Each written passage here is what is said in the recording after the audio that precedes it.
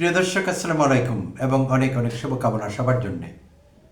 জুলাই অভ্যুত্থান উত্তর সময়ে জুলাই যোদ্ধা বলে খ্যাত বেশ কিছু তরুণ তরুণীকে দেখা গেল তারা অপরাধ কর্মে জড়িয়ে পড়েছেন নানা রকম। তো জুলাই যুদ্ধ করেছেন যেই সংখ্যক তরুণ তরুণী ছাত্র জনতা, সেই সংখ্যাটি বিশাল, কোটি কোটি।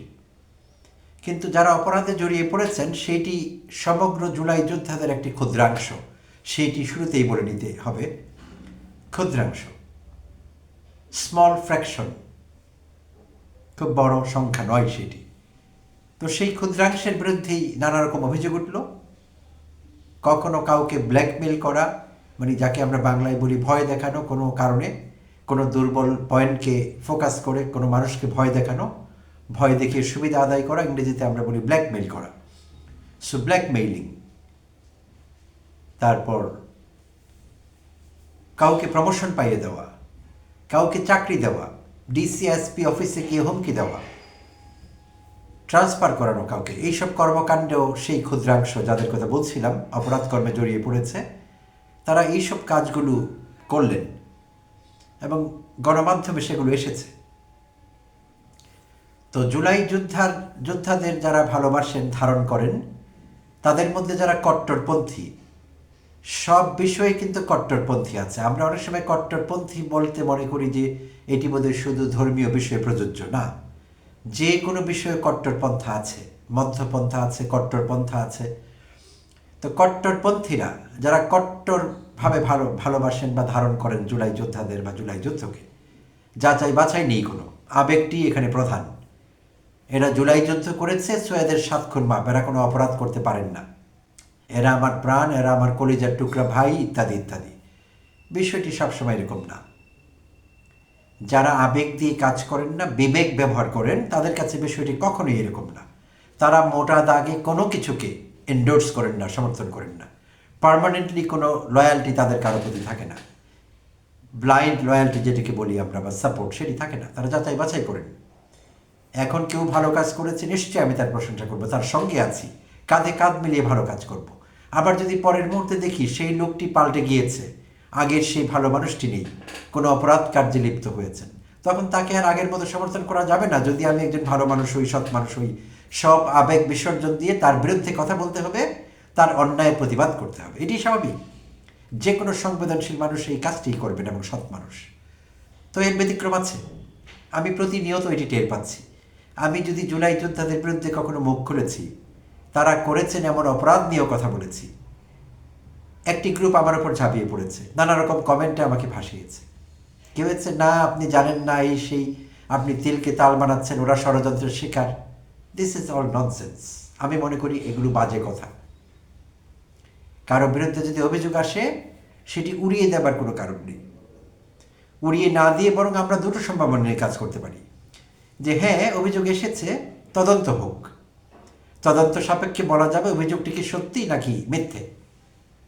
এটি না করে অনেককেই দেখি খুবই আবেগ আপ্লুত হতে, না না না, এরা বৈষম্য বিরোধী ছাত্র আন্দোলনের নেতা, এরা বিএনপি, এরা বাকছাস, এরা জুলাই যোদ্ধা, এরা এগুলো করতে পারে না, এদের বিরুদ্ধে ষড়যন্ত্র, অনেকের সামনে পাতানোই যায় না কথা। তো এইটি অতি আবেগ এবং ক্ষতিকারক আবেগ। এই ক্ষতিকারক আবেগ শেখ হাসিনাকে মনস্টার বানিয়েছিল। শেখ হাসিনা যা বলতেন, দিনকে রাত বললে সেটি ঠিক আছে এক শ্রেণীর নেতা কর্মীর কাছে। তো এটি একটি আবেগ। কি হয়েছে, তিনি বঙ্গবন্ধু কন্যা। আরে বঙ্গবন্ধু কন্যা হয়েছে তো কি হয়েছে, বঙ্গবন্ধু কন্যাকে অপরাধ করতে পারেন না? শুধু অপরাধ করতে পারেন তা না, অপরাধের রানী ছিলেন তিনি, কুইন হয়ে উঠেছিলেন। সব ধ্বংসযজ্ঞের, নৃশংসতার, দুর্নীতি, ঘুষ, গুম, খুন, গুপ্ত হত্যা, অর্থ পাচার, সব কিছুর মধ্যমণি, রিং লিডার হয়ে উঠেছিলেন সেই শেখ হাসিনা, বঙ্গবন্ধু কন্যা। তো যাই হোক, যে কেউ হতে পারে মনস্টার। তো এখন জুলাই যোদ্ধাদের নিয়ে কথা বলছিলাম এবং তাদের একাংশ অপরাধে জড়িয়ে পড়েছে। অতীতে আমাকে একাধিক এপিসোড করতে হয়েছে এই বিষয়ে, কষ্ট নিয়ে করেছি, কারণ জুলাই যুদ্ধ আমিও ধারণ করি। আমিও ছোটোখাটো জুলাই যোদ্ধা, আমার মতো আর অনেকেই। যেহেতু তাদের ধারণ করি, জুলাই যুদ্ধ মনে প্রাণে চেয়েছি সফল হোক, তাই সেই জুলাই যোদ্ধা কোনো অপকর্ম করেছে সেটি মেনে নিতে, স্বীকার করতে, দেখতে, শুনতে খারাপ লাগে, আমারও লাগে। বাট আমি অন্ধ না, আমি অন্ধভক্ত নই। আমি আগেই বলেছি, আমি ব্লাইন্ড লয়্যালটি আমার কারো প্রতি নেই, থাকবেই না কোনোদিন। তো ইদানিং দেখছি, সাম্প্রতিক খবর, গত বুধবার দিন রাতে 24 ডিসেম্বর ছিল, গাজীপুর জেলার টঙ্গী থেকে নিজ বাড়ি থেকে একজন জুলাই যোদ্ধাকে, জুলাই যুদ্ধের সম্মুখ সারির জুলাইয়ের মুখ তাহারিমা জান্নাত সুরভি, বেশ মিষ্টি নামটি, সেই মিষ্টি নামের মিষ্টি মেয়েটিকে গ্রেপ্তার করা হলো। বিশ্ববিদ্যালয়ে পড়ুয়া সেই মেয়েটি, তাকে গাজীপুরের টঙ্গীর তার নিজের বাড়ি থেকে গভীর রাতে পুলিশ গ্রেপ্তার করলো তাকে। তার বিরুদ্ধে ভয়াবহ সব অভিযোগ এসেছে। তাহারিমা জান্নাত সুরভি ভাওয়াল বদরে আলম কলেজের অনার্স শ্রেণীতে পড়েন, সম্মান শ্রেণীতে। তার নিজ বাড়ি থেকে তাকে গ্রেপ্তার করা হলো। তো তার বিরুদ্ধে যেসব অভিযোগগুলো এসেছে ভয়াবহ। তো আমি বলছি না অভিযোগ আসলেই সেগুলো প্রমাণ হয়ে গেছে। হতে পারে যে তিনি কোনো ষড়যন্ত্রের শিকার, আবার হতে পারে যেসব অভিযোগগুলো এসেছে সবগুলো তার ক্ষেত্রে সত্যি। দুটো সম্ভাবনা নিয়ে আমাদের কাজ করতে হবে, দুটো চিন্তাই আমাদের মাথায় থাকতে হবে। কোনোটাকে এই মুহূর্তে এস্টাবলিশ করা যাবে না, করার চেষ্টা করা কারোর জন্য সুন্দর হবে না, শোভনীয় হবে না। বিষয়টি তদন্তাধীন। তবে কিছু পুলিশি তদন্ত সাপেক্ষে তাকে ধরা হয়েছে। পাশের বাড়ির কেউ বলেছে গিয়ে ধরে আনিনি, টঙ্গী পূর্ব পশ্চিম কোনো থানার ওসি গিয়ে তাকে ধরে আনিনি, পাশের বাসার কারো ফোনের কারণে হয়নি। পুলিশ বেশ কিছু তদন্ত করছিলেন, পুলিশের কর্মকর্তারা নির্দিষ্ট কিছু অভিযোগকে কেন্দ্র করে, আর সেখানে পাওয়া গেছে রিং লিডার হিসেবে এই তাহারিমা জান্নাত সুরভিকে, অর্থাৎ তিনি কেন্দ্রীয় চরিত্র সে অপরাধগুলো কি কি? ব্ল্যাকমেইলিং, প্রথমত চাঁদাবাজি, ব্ল্যাকমেইল করেই চাঁদাবাজি করা হয়েছে, হুমকি প্রদর্শন ইত্যাদি ইত্যাদি, প্রতারণা। তো গত জুলাই অভ্যুত্থান পরবর্তী সময়ে গুলশানের এক ব্যবসায়ীর কাছ থেকে দফায় দফায় টাকা নিয়েছেন তার দলটি। এটি একটি চক্র, পুলিশি তদন্তে যা জানা গেছে। সম্প্রতি 2.5 কোটি টাকা নেওয়া হয়েছে গুলশানের এক ব্যবসায়ীর কাছ থেকে, তাকে একটি হত্যা মামলায় ফাঁসিয়ে দেওয়া হবে এই ভয় দেখিয়ে। 2.5 কোটি টাকা সম্প্রতি। তো পুলিশ সেটা জেনে ফেলেছে, তদন্ত করেছে। তদন্তে আরও সিরিয়াস বিষয় উঠে এসেছে। আরেক ব্যবসায়ীকে গত জুলাই অভ্যুত্থান সময়ে যে খুনগুলো হয়েছিল বিভিন্ন জায়গায়, গুলশান বাড্ডা এলাকায় যে খুনগুলো হয়েছিল, সেই সব খুনে তার নাম জড়িয়ে দেওয়া হবে, তাকে গ্রেপ্তার করানো হবে ইত্যাদি ভয় দেখিয়ে আরেক ব্যবসায়ীর কাছ থেকে কয়েক দফায় টাকা আদায় করা হয়েছে। আর এই টাকা আদায় করবার রিং লিডার হিসেবে নাম এসেছে তাহারিমা জান্নাত সুরভির।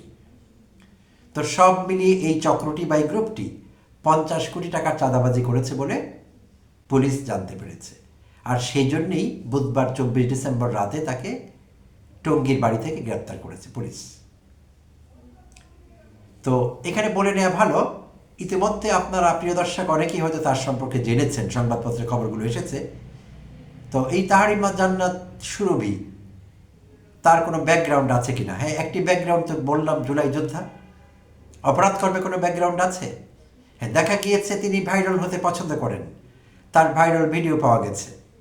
খুব গুরুত্বপূর্ণ কাজ করে না, হতে চেয়েছিলেন ভাইরাল সেরকম কোনো ভিডিও দিয়ে। আচ্ছা, তারপর কোনো নির্দিষ্ট ব্যক্তিকে টার্গেট করে তাকে নিয়ে লাইভ করেছেন, সেইটিও লোকের মনে সন্দেহের সৃষ্টি করেছে নানা রকম।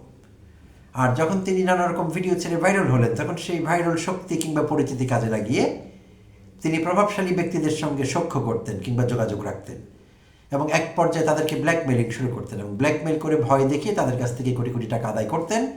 তিনি একা না, তার একটি চক্র এবং গ্রুপ আছে, সদস্য আছে গ্রুপে অনেক। তাই 50 কোটি তার ভাগেই সব পড়েছে, যদি ঘটনাগুলো ঘটে থাকে এবং সত্যি হয়, তার ভাগে সব টাকাটি পড়েছে তা না, একটি অংশ পড়েছে তার ভাগে, সেটিও কয়েক কোটি হবে, কম না। তো তার বিরুদ্ধে এই যে অভিযোগ, যেটি বলছিলাম যে তার কিছু ব্যাকগ্রাউন্ড আছে, সেই ব্যাকগ্রাউন্ডগুলো সাসপিশাস, ডিউবিয়াস এবং সন্দেহ করবার মতো।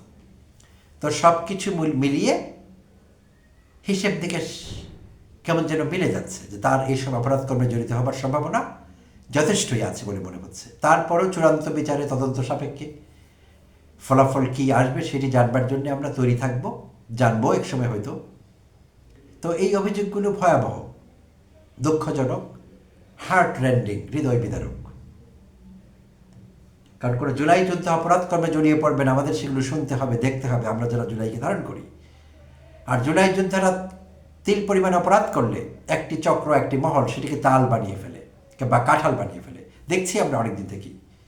তো এখানে একটি বিষয় একটু ব্যাখ্যা দেওয়া দরকার। সেটি হলো আমাদের মহান মুক্তিযুদ্ধে সরাসরি অংশগ্রহণ করেছিলেন ছাত্র যুবারা, লক্ষ লক্ষ ছিলেন তারা সংখ্যায়। তারা সরাসরি মুক্তিযুদ্ধ করেছিলেন অস্ত্র হাতে নিয়ে।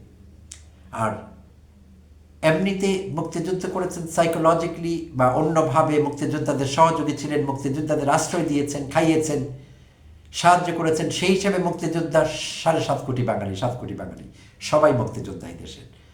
তো যারা অস্ত্র হাতে নিয়ে যুদ্ধ করেছিলেন, সেই সব মুক্তিযোদ্ধারা মুক্তিযুদ্ধ যখন শেষ হলো, আমাদের বিজয় হলো, তখন দেখা গেল তাদেরও একটি ক্ষুদ্রাংশ অপরাধ কর্মে জড়িয়ে পড়েছেন। তারা বয়সে তরুণ ছিলেন, হাতে অস্ত্র ছিল, অনেকেই অস্ত্র জমা দেননি, না দিয়ে তারা অপরাধ কর্মে জড়িয়ে পড়লেন।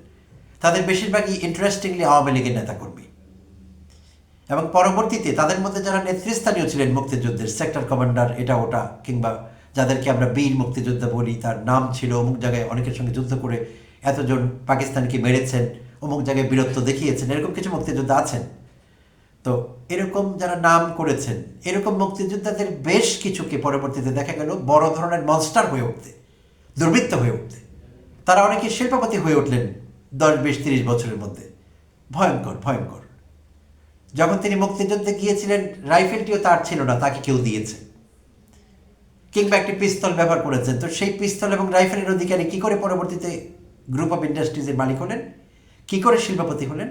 এমনকি আমার নিজ আত্মীয়ের মধ্যেও আছে, ডিস্ট্যান্ট রিলেটিভ, ভাত খেতে পেত না পরিবার আগে, ভাই বোন সংখ্যায় বেশি ছিল, খাবারে কষ্ট হতো, পরবর্তীতে ইন্ডাস্ট্রিয়ালিস্ট হয়েছেন। কিভাবে? কোন জাদু বলে? কোন অলৌকিক ঘটনা ঘটেছিল সেখানে? মুক্তিযুদ্ধকে পুঁজি করা হয়েছিল, ক্যাশ ইন করা হয়েছিল মুক্তিযুদ্ধকে। তো সেই সংখ্যাটি একেবারে কম না, বেশ ভালো, বড় সংখ্যা। তো এখন অনেকেই, আরও অনেকের নাম নিতে পারবো, তারা গ্রুপ অফ ইন্ডাস্ট্রিজের মালিক, বিশাল বড় শিল্পপতি, আন্তর্জাতিক খ্যাতি, কিন্তু চালান কি, ক্যাপিটাল কি? মুক্তিযুদ্ধ উত্তর সময়ে চুরি, ডাকাতি, অপরাধ কর্মে জড়িত হওয়া, ভয় দেখিয়ে টাকা নেওয়া, ইত্যাদি ইত্যাদি। বিভিন্ন সময়ে রাজনৈতিক সরকারগুলোর আশ্রয় নেওয়া, তাদের মাধ্যমে ব্যাংক লুট করা, ইত্যাদি করে তারা শিল্পপতি। কিন্তু তার মানে এই না যে মুক্তিযুদ্ধ শেষ হয়ে গেছে, তার মানে এই না মুক্তিযুদ্ধ মূল্যহীন হয়ে গেছে। মুক্তিযুদ্ধের জায়গায় আছে। সেইটি আমাদের বাংলাদেশের মানুষের জীবনের সবচেয়ে গুরুত্বপূর্ণ ঘটনা, মুক্তিযুদ্ধ। তো কিছু মুক্তিযুদ্ধ অপরাধ করলেও মুক্তিযুদ্ধ যেমন ব্যর্থ হয়ে যায় না, মিছে হয়ে যায় না, ঠিক তেমনি জুলাই যোদ্ধাদের ক্ষুদ্রাংশ যদি অপরাধ কর্মে লিপ্ত হয়, জুলাই যুদ্ধ মিথ্যে হয়ে যায় না। তাই তারা এখানে সেখানে সুরভি, অমুক জায়গায় অমুক, রিয়াদ, কেউ অপরাধ করেছে, কেউ গ্রেপ্তার হয়েছে, এটাকে কেন্দ্র করে যদি জুলাই যুদ্ধকে কেউ অস্বীকার করবার চেষ্টা করেন, ছোট করবার চেষ্টা করেন, আমরা ধরে নেব সেই চেষ্টা উদ্দেশ্য প্রণোদিত, এবং আমরা সহজভাবে নেব না সেটি। যেমনি আমরা মুক্তিযুদ্ধকে কেউ যদি বলে মুক্তিযুদ্ধ হয়নি, এগুলো কিছু না, আমরা নিব না সেটি সহজভাবে। ঠিক একইভাবে জুলাই যুদ্ধকে ছোট করলে আমরা সেটিকেও সহজভাবে নিব না। দুটি মুক্তিযুদ্ধ। একবার 71-এ হয়েছিল, আমি তখন ছোট ছিলাম, আমি জানি না সেই যুদ্ধ কেমন, স্বাদ আমি পাইনি সরাসরি, বাট জুলাই অভ্যুত্থান আমি দেখেছি এবং সেই যুদ্ধের স্বাদ আমি নিয়েছি। সো এইটি আমার জন্য মুক্তিযুদ্ধ, এবং আমার মতো যারা মুক্তিযুদ্ধের সময় ছোট ছিলেন কিংবা যাদের জন্ম হয়নি, অনেক পরে জন্ম হয়েছে, তাদের জন্য এটি দ্বিতীয় মুক্তিযুদ্ধ। প্রথম মুক্তিযুদ্ধ তাদের জন্য আসলে, অনেকের জন্য দ্বিতীয় মুক্তিযুদ্ধ। যারা মুক্তিযুদ্ধ ভালো করে দেখেছেন, একটি সুন্দর, স্বাধীন, সার্বভৌম, সৎ শাসকদের দ্বারা শাসিত একটি দেশ, একটি শাসন ব্যবস্থা পাবো, গুড গভর্নেন্স পাবো, মৌলিক মানবিক চাহিদা পূরণ হবে, এই প্রত্যাশা যাদের ছিল, পূরণ হয়নি। রাজনৈতিক সরকারগুলো সেই প্রত্যাশা পূরণ করতে পারেনি 54 বছরে। তাই তাদের জন্য প্রকৃত অর্থে সেটি মুক্তিযুদ্ধ ছিল না, প্রকৃত অর্থে।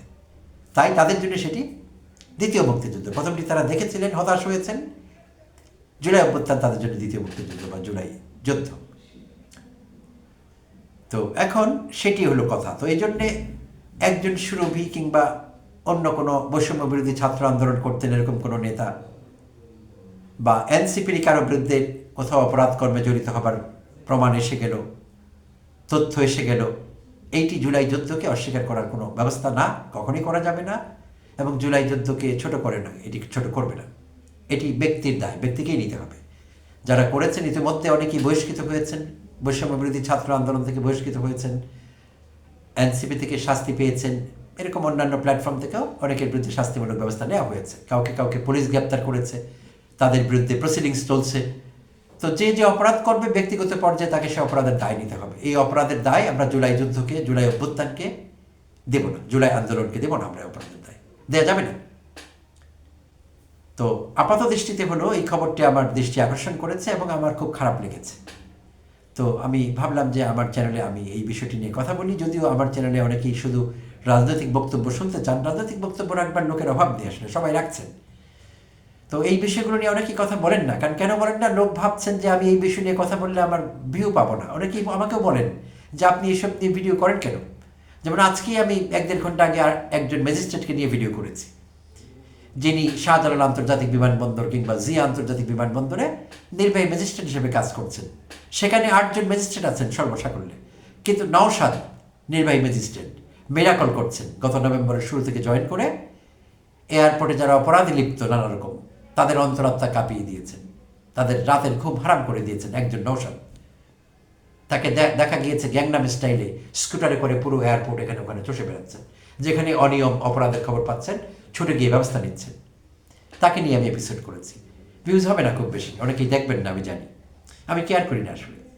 কারণ এই ভালো কথাটি, একজন ভালো অফিসার যে আছেন, হাজার হাজার অসৎ দুর্নীতিপরায়ণ নিম্ন শ্রেণীর নিকৃষ্ট মনস্টার অফিসারের ভিড়ে, তার কথা আমাদের বলতে হবে। আমি সিলেটের ডিসি এখন, যিনি আগে র্যাবের নির্বাহী ম্যাজিস্ট্রেট ছিলেন, সারোয়ার আলমকে নিয়ে একাধিক এপিসোড করেছি। খুব বেশি ভিউজ হয়নি, কিন্তু আমি খুব খুশি হয়েছি, কারণ 2000 লোকের কাছে ওটা আমি পৌঁছতে পেরেছি। আমি 2000 লোককে বলতে পেরেছি যে বাংলাদেশে একজন সৎ ম্যাজিস্ট্রেট আছেন, একজন সৎ ডিসি আছেন। তো সৎ কর্মকর্তাদের, সৎ মানুষকে প্রমোট করতে হবে, even at our own cost, নিজের খরচে হলেও। তো প্রিয় দর্শক, ধন্যবাদ সবাইকে, ভালো থাকবেন, কথা হবে অন্য কোনো এপিসোড।